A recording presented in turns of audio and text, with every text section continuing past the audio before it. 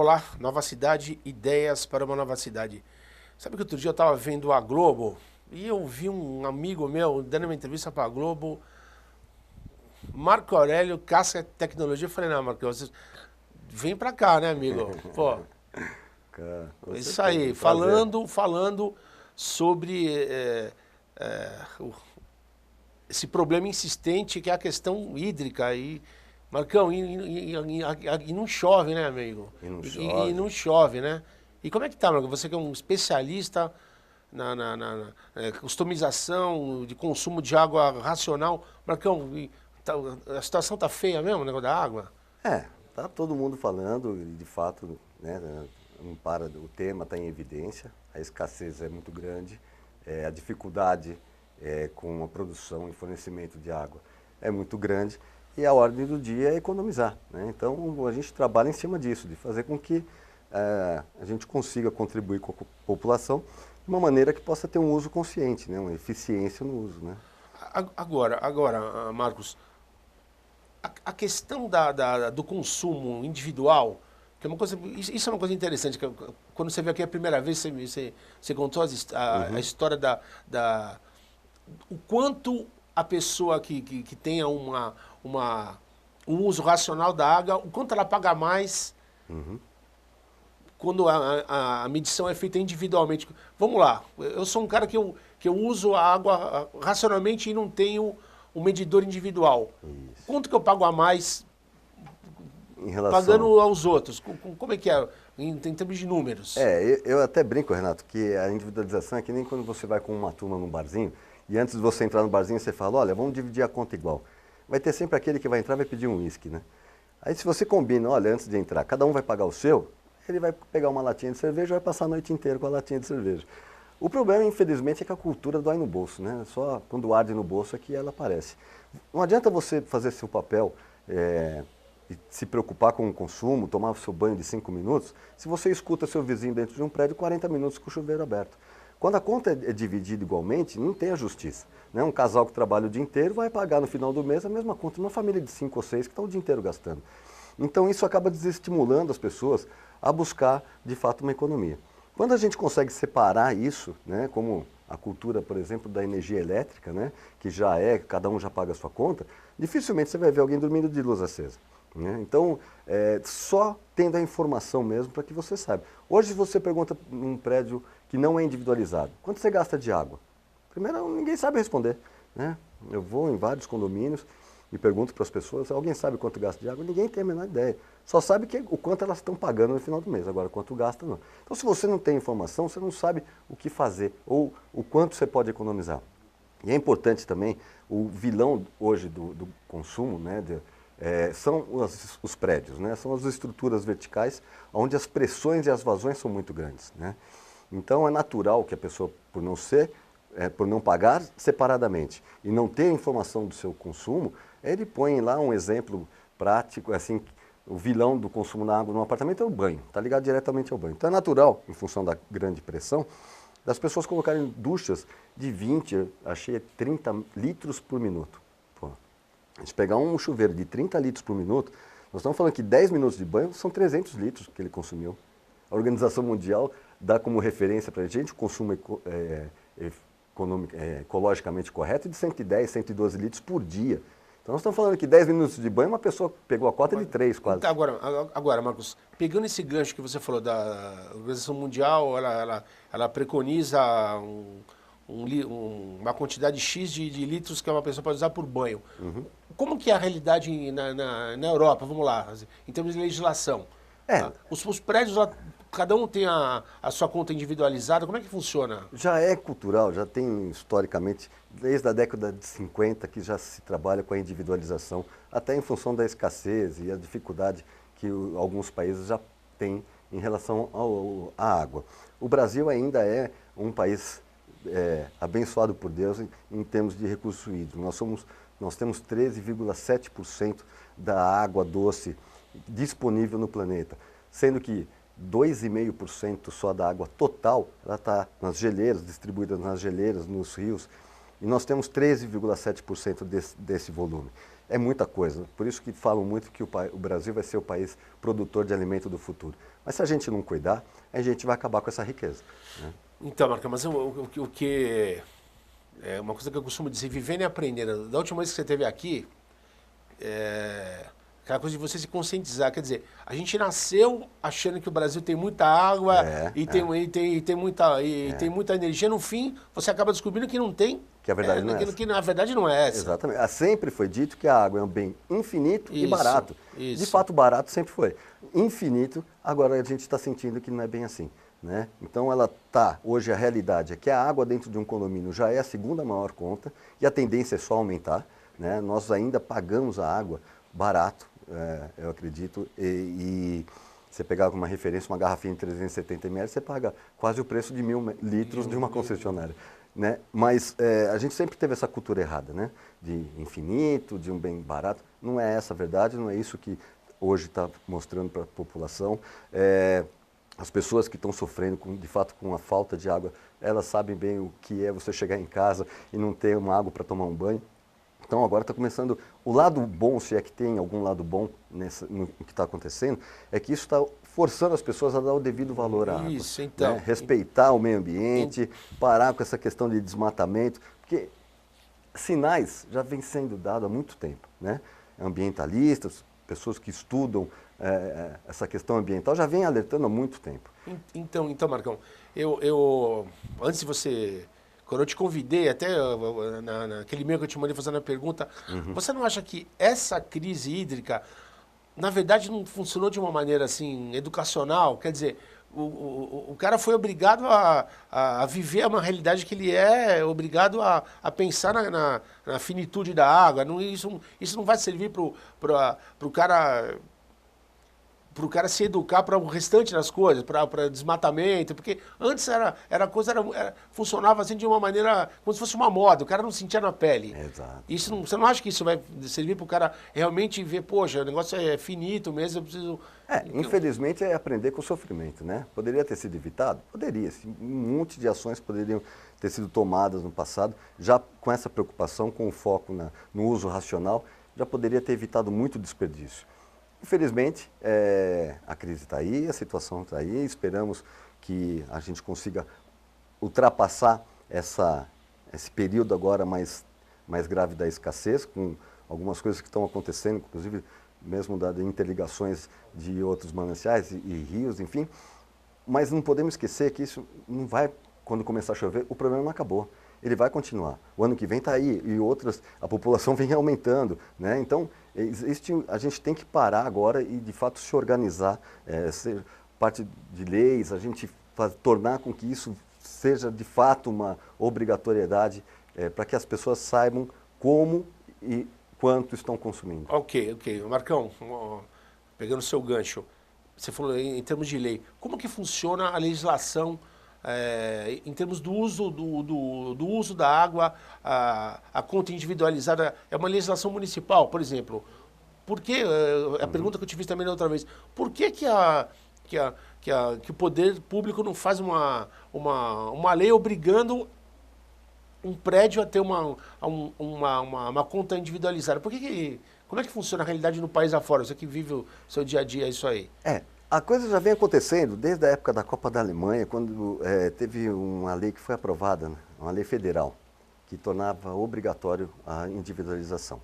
Na época, não foi sancionado e foi dito que seria um problema municipal e não federal, né? E aí começou o pessoal a correr atrás de fazer isso vir à tona e tornar realidade. Houve uma lei de 2005 também que aprovou a obrigatoriedade de se individualizar. Ela não foi muito para frente, o prazo termina esse ano, inclusive, ela dava 10 anos para fazer uma adaptação. Para todo mundo poder fazer uma adaptação, porque nós temos um cenário de construção civil, porque a individualização depende de uma questão física, que é a predisposição para a instalação de medidor, né? Então nós temos hoje em São Paulo, por exemplo, por volta de 38 mil condomínios, onde 85% dele construído, de 8 anos para trás, eles tinham a concepção de várias colunas embutidas na alvenaria. E a medição você precisa por medidor. Então, é óbvio que você vai precisar fazer um retrofit, uma adequação hidráulica dentro desse prédio. De 8 anos para cá, as construtoras já vendo que isso seria uma tendência, e talvez até cutucada por essa lei da obrigatoriedade, né? Então ajudou, querendo ou não, a mudar um pouquinho a maneira com que se construem os prédios, de deixar o local previsto. Então hoje você pega um prédio novo, a construtora já deixou o local certinho, você não quebra nada. Você simplesmente instala o medidor e a tecnologia. Com um detalhe, é importante que as pessoas saibam que hoje a Sabesp, dentro do conceito, um programa chamado PROAGro, que nós ajudamos a determinar algumas normas técnicas e fazemos parte, fomos a primeira empresa a ser certificada nesse programa, existe a possibilidade de cada apartamento receber sua conta da Sabesp. Isso é muito bom, porque a gente viu que ter uma empresa entre o consumidor e a concessionária não era benéfico. É fazer com que a água fique com uma energia elétrica. Você recebe uma conta direta da concessionária, se você não pagar, você está sujeito à suspensão do fornecimento e isenta o condomínio da responsabilidade dessa gestão e de continuar lidando com o inadimplente. Então é importante que hoje a população saiba que existe a possibilidade. Claro, cada caso é um caso. Esses prédios antigos necessitam de um projeto feito com muita responsabilidade para uma adequação. Os novos, grande parte já estão preparados para aceitar essa nova realidade. Agora, Marcos, como que funciona, por exemplo, em termos de custo-benefício? O cara tem um prédio antigo. Uhum. Compensa para o cara fazer um projeto de individualização da conta? Em quanto tempo se paga isso? Como é que funciona? A gente tem que pensar assim, um prédio com mais de 30 anos ou por volta disso, o material utilizado para as tubulações hoje já estão comprometidas, naturalmente corroídas, e ele já está convivendo com uma dor de cabeça que são os vazamentos que vão aparecendo constantemente. E ele vai tendo que fazer obra e trocando aquelas seções de prumadas por tubulações novas. Com esse conceito da concessionária, eles já estão vendo que, pondo no papel e chegando à conclusão que vale a pena fazer um investimento definitivo e já passar esse prédio para a emissão de conta direto da concessionária. É um investimento que não é barato, claro, depende muito da arquitetura. Eu peguei casos de R$ 1.200 por apartamento até R$ 3.500. E eles aceitaram fazer. Porque ele parou para pensar, eu vou conviver a vida inteira com a obra ou faço uma só? Aproveitando, Marcos, Elaine, solta o gráfico, eu queria que você explicasse para a gente o gráfico que a gente vai mostrar agora. Isso. Para você ver a mudança de perfil. Esse primeiro gráfico de cima como é o conceito hoje, como que dentro de um condomínio onde não é individualizado. Todo mundo paga igualzinho. Seja um casal, uma família de 10 pessoas, no final do mês é tudo igual. No gráfico abaixo à esquerda, é quando a gente faz a implantação do sistema de telemetria e passa a ter as informações do real consumo de cada unidade. É a hora que o consumidor se assusta, né? Que ele vai ter a informação, poxa, é isso que eu gasto? E o terceiro gráfico é a mudança que ele tem de comportamento, de hábitos, que vai fazer com que a redução apareça naturalmente com o tempo. Prédios que nós já tivemos experiência, que nós implantamos, não tem menos do que 20%, 25% de redução na conta principal. E chegamos a pegar um caso de 47% na redução da conta. Outra coisa que é importante... A redução quer dizer, o cara quando... Passa a ter a informação... 47% a menos. 47% de economia. Quer dizer, ou seja, tem cara que pira. Né? Não, fica 40 minutos tomando banho, Entendi, ou banheira ligada constantemente. Tem de tudo que você possa imaginar. Que fica fazendo sauna no banheiro, né? Liga só água quente. Eu escuto cada situação que é impressionante. Não, mas viu, Marcos, normal. Você me contou até uma que a gente não pode contar aqui. Usava apartamento. Usava apartamento e tal. E a pessoa não sabia. Tem dessas coisas. Teve gente que já descobriu que a menina que trabalha lá levava a roupa de fora e lavava enquanto ele estava trabalhando, né? Ele não sabia. Tem de tudo. Mas é importante frisar essa questão, porque com esse bônus que está tendo, quem conseguir baixar 20%, com 30% ainda de desconto, nós fizemos cálculos, tem prédio que consegue reduzir a conta em 60% no valor da conta. Então, não, é absurdo, cara. É muita 60% coisa. É absurdo. É porque a gente tem que incentivar a população a ter um uso racional. Temos que economizar, a gente tem que ter uma divisão mais justa. Não dá para continuar com esse desperdício, a gente tem que respeitar esse recurso natural que é essencial à vida, né? Tem um gráfico que mostra direitinho a mudança de comportamento. Esses são os cálculos que eu falei para você quando um prédio muda 20%, né? Consegue diminuir 20%, o quanto ele consegue atingir de economia. São 2 casos reais que nós temos. Depois tem um gráfico que mostra a mudança de perfil. Olha que diferença que tem do consumidor quando ele implanta o sistema de medição. Né? Este apartamento, nesse gráfico, no próximo gráfico, por favor. Esse aí é o relatório. Esse é o gráfico de um apartamento que nós começamos a evoluir um pouco mais dentro da medição individualizada. A gente nunca abriu mão de poder mostrar para o consumidor quantos litros por dia ele gasta. E aí, estudando e aprofundando um pouquinho mais, a gente pensou e falou, será que nós resolvemos todos os problemas? Nós passamos a fazer com que a telemetria passasse a ler de hora em hora o consumo dele durante a madrugada. E aí que começou a aparecer uma outra lado que a gente não tinha visto ainda. Quantos apartamentos têm vazamento que as pessoas não sabem? Esse gráfico, o pico mais alto, é o consumo diurno dele. O menor são quantos litros ele está gastando por hora na madrugada de vazamento. Esse apartamento estava com uma perda de 44 litros por hora e o morador não sabia. E a conta dele era altíssima. Nesse condomínio nós reduzimos em 142 mil litros o desperdício. Era só vazamento. Então deu uma economia de 142 mil litros. Em 23 apartamentos a gente detectou. Então a gente começou a ver que, peraí, só individualizar não basta. A gente tem que dar informação e temos que ajudar o consumidor. Você está com um problema. Porque onde aparece o vazamento, na maioria, o maior vilão é a caixa acoplada. Que quando a boia desregula, a água fica 24 horas indo pelo ladrão e o morador não percebe. Né? Então só com um sistema de leitura à distância, remota, uma telemetria, que você consegue visualizar essa perda. Então este é um caso que abriu os olhos para a gente ver que ainda temos mais coisa para poder oferecer para os clientes. Agora, Marcos, como que você acha que a coisa caminha? Por exemplo, qual que é o próximo passo em relação ao uso racional dos meios naturais? Por exemplo, energia elétrica. Você acha que também a coisa caminha para uma regulamentação, para um consumo mais consciente? Como o próximo passo que você enxerga? Você como especialista na área. Eu vejo que, de fato, a gente não vai voltar mais a ser o que era. Acredito que as pessoas vão se reeducar e a gente dificilmente vai voltar a ver as pessoas lavando calçada com mangueira.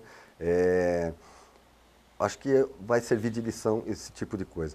Tudo tende a aumentar, mas também, por um outro lado, está se buscando alternativas, fontes renováveis. Nosso país, de fato, ele está com a energia elétrica depositada muito sobre a questão hídrica, né? Então, nossa geração de energia, nós vemos constantemente, e somos chamados para eventos como energia eólica, fotovoltaica. Então, isso é uma visão do planeta, né? De buscar fontes energéticas limpas e mais eficientes.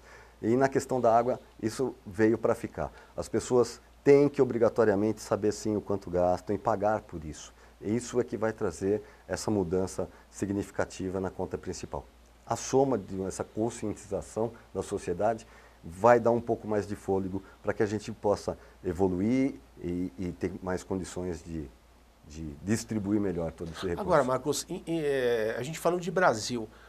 Existe alguma cidade que tem algum uso assim mais avançado em termos de racionalizar a história do que São Paulo? Existe alguma cidade, você que vive no seu dia a dia, isso? Eu já vi casos que estão tendo dessalinização da água do mar, isso estão buscando. É um investimento bem significativo, mas não deixa de ser uma alternativa, se bem que anos atrás eu tinha visto já isso, mas um cientista falou, ok, você pode dessalinizar o mar, mas se não parar os testes nucleares, você não vai tirar a radioatividade da água. Então, quer dizer, uma coisa vai puxando a outra, mas dessalinização estão investindo muito. A Califórnia, por exemplo, também passa por uma questão de escassez, uma situação muito séria, e eles já trabalham muito a questão do reuso. Hoje, a água que o californiano está tomando é a terceira reciclagem que já passou, né? Então ele já está tomando a mesma água pela terceira vez. Então a gente tem que aprender com isso. O que a gente pode fazer para reaproveitar o que a gente tem de água. Nós temos muita água. O que precisa é a gente cuidar bem dela e tratar. A água, se não for potável, não tem como a gente poder consumir. Então a gente tem que saber respeitar essa questão. Agora, Marcos, para a gente... Agradeço a sua presença, Marcos. Obrigado, viu? Imagina, que agradeço. E continua a crise, né? Vamos, pessoal, vamos trabalhar. Vamos trabalhar, vamos se conscientizar e, né? Parece brincadeira, a gente conversou quase um ano atrás e o negócio só piora, né? A gente tem que se preocupar com isso muito, e a gente tem que pensar nas próximas gerações. Eu acredito em captação também, é um mercado que deve crescer bastante, também captação e reuso dentro dos conjuntos comerciais, enfim, também é um segmento que tende a ter um mercado muito grande. Agora, Marcos, para a gente encerrar, você que vive o seu dia a dia, a sua empresa, vive essa realidade, o que você esperaria do poder público? Qual que seria uma medida para ele disciplinar a história do uso racional dos meios? O que você esperaria do poder público que ele fizesse, em termos de legislação? Eu acho que tem que normatizar tudo isso. A micromedição não tem uma normatização ainda. Eles deveriam incentivar e também até poder incentivar na questão dos custos com essas adequações, né? Poder fazer uma linha de crédito para esses prédios que eles querem fazer, mas muitas vezes não tem caixa, né, para isso, e é difícil eles acabarem aprovando em função dos valores. Mas buscar que isso seja de fato uma exigência, uma obrigação, né, de ter a questão da medição, continuar com os trabalhos, claro, de desenvolvimento e interligação das bacias e captação de mais recurso. Está acontecendo, né? A gente está passando por o olho do furacão. A gente vê movimentação de todos os lados, mas a gente só precisa fazer com que a coisa ande um pouco mais rápido para que a gente possa ter, de fato, uma educação. Quando você vem para cá, você sempre dá o gancho e eu falo, não, tem um monte de coisa para a gente conversar. Eu falei interligação de bacias, mas aí a gente deixa isso para uma próxima. Claro. Marcão, obrigado pela presença, ok? Maravilha. Gente, Nova Cidade volta semana que vem.